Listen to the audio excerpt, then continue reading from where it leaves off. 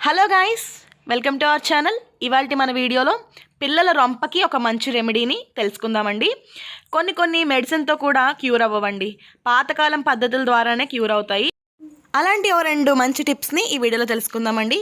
First టిప్లో మనకి కొంచెం కొబ్బరి నూనె, తమలపాకులు, అలాగే కొంచెం కర్పూరం కావాలన్నమాట. కర్పూరం మనకి ఇంత అక్కర్లేదండి, కొంచెం ఉంటే సరిపోతుంది. నేను చూపిస్తాను ఎంత అమౌంట్ వాడాలనేది. ఇంకా మనం లేట్ చేయకుండా టిప్లోకి వెళ్ళిపోదాం. అంతకుముందు మన ఛానల్కి ఎవరైనా కొత్తగా వచ్చినట్టయితే సబ్స్క్రైబ్ చేసుకుని బెల్ ఐకాన్ని కూడా యాక్టివేట్ చేసుకోండి. అలాగే ఈ వీడియోకి లైక్ చేయడం అసలు మర్చిపోద్దు.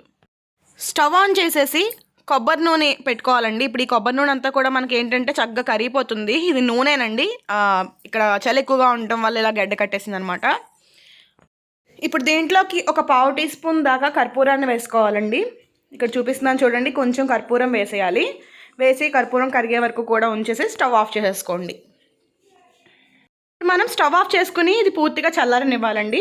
చూసారు కదా, ఇలా చల్లారిపోయిన తర్వాత పక్కన పెట్టేసుకుని మళ్ళీ స్టవ్ ఆన్ చేసుకుని ఒక పెద్ద సైజ్ తమలపాకు, అంటే మన పిల్లలకి హార్ట్ దగ్గర అంతా కూడా సరిపడేలాగా పెద్ద సైజ్ తమలపాకు తీసుకుని దాన్ని మొత్తం హీట్ చేసుకోవాలండి. ఇలా లైట్గా హీట్ చేసుకుంటే సరిపోతుంది, మరీ ఎక్కువగా కూడా అవసరం లేదండి. కొంచెం మనకి తమలపాకు ఫ్రాగ్రెన్స్ అనేది బయటకు వచ్చే వరకు కూడా ఇలా మనం హీట్ చేసుకోవాలి. ఇప్పుడు మనం ఈ తమలపాకు మీద ఇందాక మనం రెడీ చేసి పెట్టుకున్న ఆయిల్ ఏదైతే ఉందో ఆయిల్ని మొత్తం కూడా వేళ్లతో ఇలాగా అప్లై చేసుకోండి.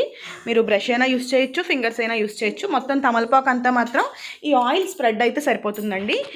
ఈ 3 కర్పూరం, తమలపాకు, ఆయిల్, వీటి ఫ్రేగ్రెన్స్ వల్ల మన పిల్లల జలుబు అనేది చాలా త్వరగా తగ్గిపోతుందండి. మీరు కావాలంటే ట్రై చేసి చూడండి. ఇలా ఫుల్గా అప్లై చేసిన తమలపాకుని పిల్లల హార్ట్ మీద పెట్టాలండి. మనం ఏ సైడ్ అయితే ఆయిల్ రాసామో ఆ సైడ్ హార్ట్కి అంటుకునేలాగా మనం పెట్టాలి. చూపిస్తాను మీకు. చూడండి, నేను ఇక్కడ వీడియోలో చూపిస్తున్నట్టుగా మీరు చక్కగా ఇలా అంటించేసి ఉంచేసేయండి. చాలా అంటే చాలా త్వరగా తగ్గుతుంది. ఇప్పుడు టిప్ నెంబర్ 2 అండి. మనం స్టవ్ ఆన్ చేసుకుని ఒక ప్లేట్ దాని మీద పెట్టుకుని 2 తమలపాకుల్ని దానిపైన అలా ఉంచేసుకోండి. ఆ వేడికి తమలపాకు అంతా కూడా మనకి ఏంటంటే కలర్ అనేది చేంజ్ అవుతూ ఉంటుంది. అలా మనం వేడెక్కిన తర్వాత స్టవ్ ఆఫ్ చేసుకోవాలి. చూస్తున్నారు కదా గాయస్, ఈ విధంగా మనకి తమలపాకు అనేది బాగా వేడవ్వాలండి. మరీ మాడిపోయేలా అక్కర్లేదండి. ఇలా మనకి కొంచెం కలర్ చేంజ్ అవుతున్నట్టుగా ఉన్నప్పుడు మనం స్టవ్ అనేది ఆఫ్ చేసేసుకోవాలి.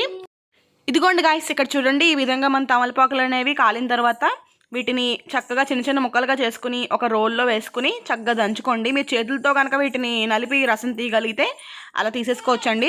బట్ అలా తీయలేని వాళ్ళు ఇలా నార్మల్గా రోల్లో వేసేసుకుని నూరితే సరిపోతుంది. అలాగే ఒక 1 టేబుల్ స్పూన్ వాటర్ అనేది వేసుకుని నూరండి. చూసారు కదా, ఇలా నూరటం వల్ల దీని రసం అనేది చాలా ఫాస్ట్గా బయటకు వచ్చేస్తుంది అనమాట. ఇలా మీరు చక్కగా తీసుకోండి. తర్వాత చిన్న గ్లాస్ తీసుకుని దాంట్లోకి మనం చేసుకున్న క్రష్ నుంచి రసం తీసుకోవాలండి.